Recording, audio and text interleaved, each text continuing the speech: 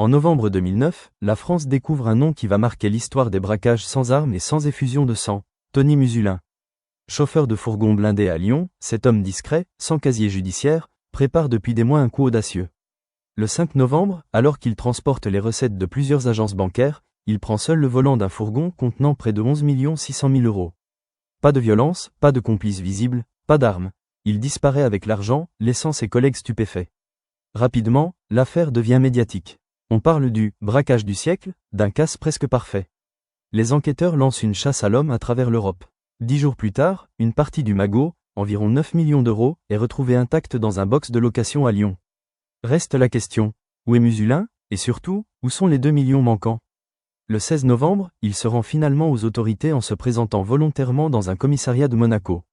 Son arrestation se déroule sans résistance. Lors de son procès, en 2010, il affirme avoir agi seul et nie avoir caché la somme manquante. La justice le condamne à 5 ans de prison ferme pour vol aggravé et a versé une forte amende à son ancien employeur, la société Loomis. Libéré en 2013 après avoir purgé sa peine, Tony Musulin retrouve la liberté mais reste entouré de mystères. Jamais les 2 millions restants n'ont été retrouvés, alimentant rumeurs et fantasmes. Certains le voient comme un Robin des Bois moderne, d'autres comme un simple voleur qui a profité d'une faille dans le système. Aujourd'hui encore, son nom résonne comme celui d'un homme qui a osé défier le monde des transports de fonds, sans violence, et qui a marqué l'opinion publique par l'audace et le silence. L'affaire Musulin reste gravée comme l'un des vols les plus spectaculaires et les plus énigmatiques de l'histoire récente en France. Like si t'as aimé, et abonne-toi pour ne rien manquer.